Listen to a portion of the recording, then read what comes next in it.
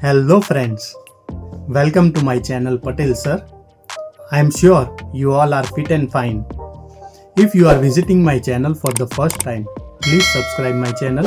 If you like the content of my channel, please share this content to all your friends. After the discussion of today's topic, if you have any question and queries, please type all your question and queries in comment box. I will try my best to solve all your question and queries. So friends, let's start today's discussion. Friends, today we will discuss about the simple present tense. सबसे पहले हम simple present tense का उपयोग कहाँ करना है वह देखेंगे। आमतौर पर रोजमर्रा की क्रिया प्रदर्शित करने के लिए हमें सिंपल प्रेजेंट टेंस का उपयोग करना चाहिए। As example get up, brush our teeth, take bath, take lunch etcetera. So friends, हम ऐसी एक्टिविटीज को प्रदर्शित करने के लिए सिंपल प्रेजेंट टेंस का उपयोग कर सकते हैं। As example I get up early in the morning. So यहाँ पे सुबह में उठने की क्रिया डेली हो रही है, तो ऐसी क्रियाओं को प्रदर्शित करने के लिए हमें सिंपल प्रेजेंट टेंस का उपयोग करना चाहिए। रोजमर्रा की क्रियाओं के अलावा अगर हमारे आसपास मीन्स हमारे आजू बाजू के एनवायरनमेंट में कुछ एक्टिविटीज रेगुलरली होती है, तो ऐसी प्राकृतिक घटना मीन्स जो इटर्नल ट्रूथ है, ऐसी घटनाओं को प्रदर्शित करने के लिए हम सिंपल प्रेजेंट टेंस का उपयोग कर सकते हैं। As example sunrise, sunset, change of seasons. So ऐसी एक्टिविटीज रेगुलरली हमारे आसपास के एनवायरनमेंट में होती रहती है, तो ऐसी प्राकृतिक घटनाओं को प्रदर्शित करने के लिए भी हम सिंपल प्रेजेंट टेंस का उपयोग कर सकते हैं। यहाँ पे हम अगर सेंटेंस में देखें तो the sun rises in the east means sunrise होने की क्रिया डेली होती है, तो ऐसी क्रियाओं को प्रदर्शित करने के लिए हम सिंपल प्रेजेंट टेंस का उपयोग कर सकते हैं। Now we will discuss about the rules which we have to follow during the use of simple present tense. Friends, first of all simple present tense में आमतौर पर क्रियापद के मूल रूप का उपयोग किया जाता है। यहाँ पे प्ले, ड्रिंक, ईट, रीड, यह सब क्रियाओं को हम उसके मूल रूप में ही उपयोग करेंगे। यहाँ पर अगर हम सेंटेंस में देखें तो I play cricket early in the morning. So यहाँ पर क्रिकेट खेलने की क्रिया डेली हो रही है। सेकंडली, जब कर्ता मीन्स हमारे वाक्य में जब कर्ता थर्ड पर्सन सिंगुलर हो मीन्स ही, शी और इट, या फिर किसी एक ही व्यक्ति के नाम का उल्लेख हो, तो ऐसे कर्ता के साथ हमें क्रियापद के पीछे एस या ईएस प्रत्यय का उपयोग कंपलसरी करना होता है। As example plays, eats, drinks and reads. First of all हमने देखा था क्रियापद के मूल रूप का उपयोग हुआ, लेकिन जब कर्ता थर्ड पर्सन सिंगुलर हो मतलब कि ही, शी, इट हो, तो हमें क्रियापद के पीछे एस या ईएस प्रत्यय का उपयोग करना होता है। As example I play cricket early in the morning. यहाँ पर कर्ता आई है, तो हमने क्रियापद के मूल रूप का उपयोग किया है, जबकि सेकंड एग्जाम्पल में he plays cricket early in the morning. यहाँ पर दूसरे एग्जाम्पल में हमने कर्ता के तौर पे ही का उपयोग किया है, तो हमने यहाँ क्रियापद के साथ एस प्रत्यय का उपयोग किया है। तो इस तरह जब भी कर्ता third person singular means he, she, it हो, तो हमें क्रियापद के पीछे एस या ईएस प्रत्यय का उपयोग अनिवार्य है। Friends, now we will discuss when we have to use S and when we have to use ES. Generally जब भी कर्ता थर्ड पर्सन सिंगुलर हो, तो हमें क्रियापद के पीछे एस प्रत्यय का उपयोग करना होता है। यहाँ पर अगर हम एग्जाम्पल में देखेंगे तो play, eat, drink and read, यह चारों क्रियापद के पीछे हमने एस प्रत्यय का उपयोग किया है। सो प्ले की जगह प्लेज, ड्रिंक की जगह ड्रिंक्स, ईट की जगह ईट्स एंड रीड की जगह रीड्स। लेकिन जब कर्ता थर्ड पर्सन सिंगुलर हो मीन्स ही, शी, इट हो और क्रियापद के अंतिम अक्षर S, double S, S H, C H, O, X या डबल जेड हो, तो हमें क्रियापद के पीछे ईएस प्रत्यय का उपयोग करना है। यह बात हमें खास ध्यान में रखनी है। As example go, pass, teach and wash. अगर हम यह चार क्रियापद को देखें तो यहाँ पे गो का अंतिम अक्षर ओ है, पास के अंतिम अक्षर डबल एस है, टीच में सी एच है और वॉश में एस एच है। तो यहाँ पर हमें क्रियापद के पीछे एस की जगह ईएस प्रत्यय यूज करना है।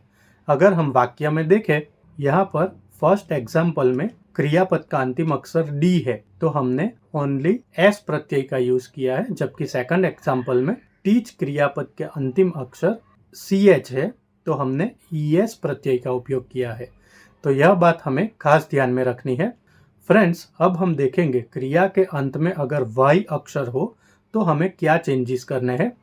जब कर्ता थर्ड पर्सन सिंगुलर हो और क्रियापद का अंतिम अक्षर वाई हो, खास ध्यान रखना, कर्ता थर्ड पर्सन सिंगुलर, क्रियापद का अंतिम अक्षर वाई और वाई के आगे स्वर ए ई आई ओ यू, यह 5 स्वर में से कोई भी एक स्वर हो तो हमें क्रियापद के पीछे डायरेक्ट एस प्रत्यय का उपयोग करना अनिवार्य है।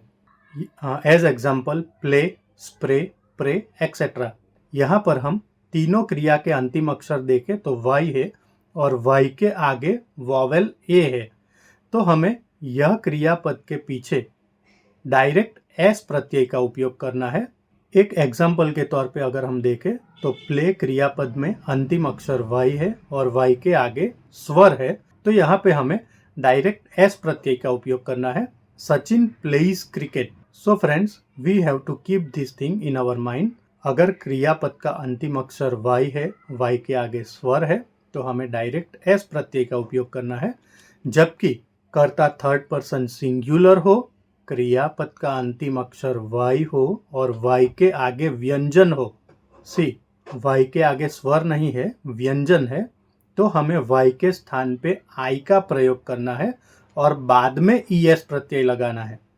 मीन्स अगर क्रियापद का अंतिम अक्षर वाई हो, वाई के आगे स्वर हो तो हमें डायरेक्ट एस प्रत्यय लगाना है।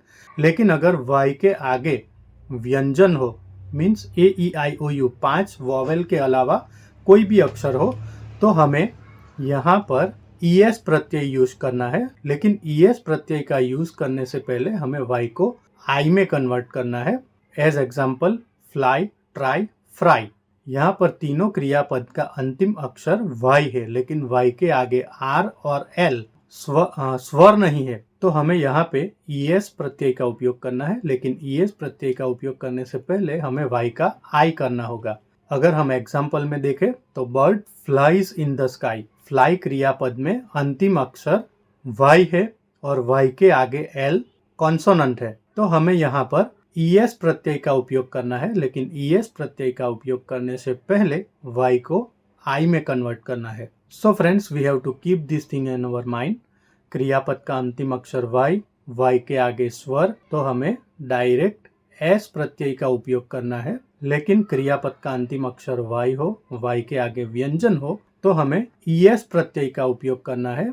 लेकिन वाई की जगह आई का उपयोग करना है। फ्रेंड्स, अब हम देखेंगे सहायक क्रिया डू और डस का उपयोग हमें कहाँ और कैसे करना है। सबसे पहले सिंपल प्रेजेंट टेंस में प्रश्न और नकार वाक्य में ही हमें डू और डस सहायक क्रिया का उपयोग करना है। पॉजिटिव सेंटेंस में हमें सहायक क्रिया डू डस का उपयोग नहीं करना है। पॉजिटिव सेंटेंस में हमें क्रियापद के मूल रूप का उपयोग करना है और अगर कर्ता थर्ड पर्सन सिंगुलर हो तो वहां पर हमें क्रिया के पीछे एस या ई एस प्रत्यय का उपयोग करना है। फ्रेंड्स, हमें प्रश्न और नकार वाक्य में सहायक क्रिया के तौर पर डू और डस का उपयोग तो करना ही है, लेकिन साथ में जब भी हम डू और डस का उपयोग करेंगे तो उसके साथ हम क्रियापद के मूल रूप का ही उपयोग करेंगे। यहाँ पर अगर हम सकारात्मक वाक्य देखें तो आई स्विम इन वाटर, जबकि प्रश्न वाक्य में do you swim in water और साथ में ही नकारात्मक वाक्य में I do not swim in water. Second example अगर हम देखें तो सकारात्मक वाक्य में ही स्विम्स इन वाटर, प्रश्न वाक्य में does he swim in water, नकारात्मक वाक्य में he does not swim in water. So यहाँ पर हम सकारात्मक वाक्य में मीन्स पॉजिटिव सेंटेंस में क्रियापद के मूल रूप का उपयोग करेंगे और साथ में अगर कर्ता थर्ड पर्सन सिंगुलर हो तो हमें क्रियापद के पीछे एस ई एस प्रत्यय का उपयोग करना है। जबकि प्रश्न और नकार वाक्य में ही हम सहायक क्रिया डू और डस का उपयोग करेंगे। अब हम देखेंगे डू का उपयोग कहाँ पर और कैसे करना है। हमें कर्ता आई, वी, यू और दे के साथ सहायक क्रिया के तौर पे डू का उपयोग करना है। अगर हम एग्जाम्पल देखें तो I do not play cricket, do you play cricket, जबकि दूसरे एग्जाम्पल में we do not play cricket, do we play cricket. Friends, यहाँ पर दोनों वाक्य में कर्ता third person singular means he she it नहीं है, तो हमें यहाँ पर डू का ही उपयोग करना होगा। जबकि वाक्य में कर्ता ही शी इट के साथ सहायक क्रिया के तौर पे हमें डज का उपयोग करना अनिवार्य है। अगर हम एग्जाम्पल देखें तो he does not play cricket, she does not play chess. Does he play cricket, does she play chess. यहाँ पर दोनों वाक्य में कर्ता थर्ड पर्सन सिंगुलर है, मीन्स ही और शी है, तो यहाँ पर हमें सहायक क्रिया के तौर पे प्रश्न और नकार वाक्य में डज का उपयोग करना अनिवार्य है। फ्रेंड्स, अगर हम डू और डज को साथ में देखें तो कर्ता थर्ड पर्सन सिंगुलर नहीं है, जिस वजह से सभी वाक्य में क्रियापद के मूल रूप का उपयोग किया गया है। सकारात्मक वाक्य में I go to school every day, प्रश्न वाक्य में do you go to school every day, नकारात्मक वाक्य में I do not go to school every day. Means यहाँ पर तीनों एग्जाम्पल में कर्ता third person singular means he she it नहीं है, तो तीनों वाक्य में हमने क्रियापद के मूल रूप का उपयोग किया है। जबकि कर्ता थर्ड पर्सन सिंगुलर हो मीन्स ही शी इट हो, तो सकारात्मक वाक्य में हमें क्रियापद के पीछे एस या ईएस प्रत्यय का उपयोग करना है। जबकि नकार और प्रश्न वाक्य में हम क्रियापद के पीछे एस ईएस का उपयोग नहीं करेंगे, यहाँ पर हम क्रियापद के मूल रूप का उपयोग करेंगे। अगर हम एग्जाम्पल को स्टडी करें तो सकारात्मक वाक्य में he goes to school every day means positive sentence में हमने क्रियापद के पीछे ईएस प्रत्यय का उपयोग किया है, जबकि प्रश्न और नकार वाक्य में हमने क्रियापद के मूल रूप का उपयोग किया है। तो ये दो चीज हमें खास ध्यान में रखनी है। फ्रेंड्स, अब हम देखेंगे विभिन्न सर्वनामों के साथ डू और डज का उपयोग किस तरह होता है। If we study this table we can easily find कि जब भी कर्ता थर्ड पर्सन सिंगुलर हो मीन्स ही शी इट हो, तभी हमें सहायक क्रिया के तौर पे डज का उपयोग करना है। जबकि उसके अलावा बाकी के सभी सर्वनाम के साथ मीन्स आई, यू, वी और दे चारों सर्वनामों के साथ हमें सहायक क्रिया के तौर पे डू का उपयोग करना है। यहाँ विशेष ध्यान दे, डू और डज का उपयोग केवल नकारात्मक और प्रश्न वाक्य में ही किया जाता है। सकारात्मक वाक्य में डू और डज के स्थान पर क्रियापद के मूल रूप या क्रियापद के पीछे एस या ईएस प्रत्यय का उपयोग अनिवार्य है। So friends, that's for all. अब एज एक्सरसाइज डिफरेंट क्वेश्चंस आपकी स्क्रीन पे आएंगे। आपको यह क्वेश्चंस के स्क्रीनशॉट लेने हैं और यह एक्सरसाइज सॉल्व करने के दौरान अगर आपके मन में कोई भी प्रश्न हो तो कमेंट बॉक्स में आप अपने क्वेश्चन एंड क्वेरीज प्लीज मुझे भेजिएगा। I will try my best to solve all your questions. So friends, I hope you like the discussion. अगर आप चाहते हो कि मैं ऐसे ही अलग अलग वीडियोस अलग अलग टॉपिक पे बनाता रहूं, तो प्लीज उस टॉपिक के टाइटल्स मुझे वीडियो के कमेंट बॉक्स में सजेस्ट कीजिए। I will try my best to discuss all that topics with you. Thank you very much and best luck for your exams.